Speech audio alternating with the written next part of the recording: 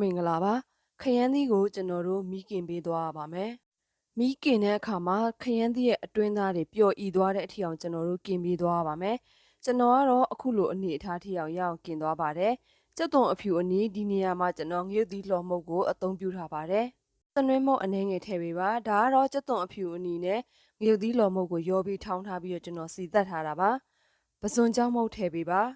ပစွန်ကြောင်းမုတ်ထည့်ပြီးသွားရင်ပစွန်ငပိစိမ့်သားလေးအနေငယ်ကျွန်တော်အသုံးပြုထားပါတယ်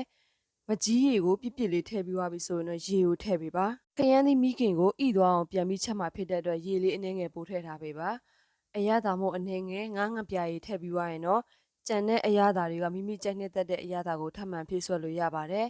ကင်ထားတဲ့ခရမ်းသီးတွေကိုအပေါ်ကနေအခွန်တွေခွာထုတ်ပြီးတော့ကျွန်တော်တို့အသားတွေကိုပဲအခုလိုမျိုးလှီးပြီးတော့ထည့်ထားပါတယ်ခရမ်းသီးငပိချက်ကိုအခုလိုစီပြန်အနေလေးစားခြင်းနဲ့ဆိုလဲရပါတယ်ကျွန်တော်ကတော့ငပိချက်အချောက်ပုံစံမျိုးလုံးမှဖြစ်တဲ့အတွက်အခုလိုမျိုး6လေးဖြစ်တဲ့အထီအောင်ကျွန်တော်ချက်သွားပါတယ်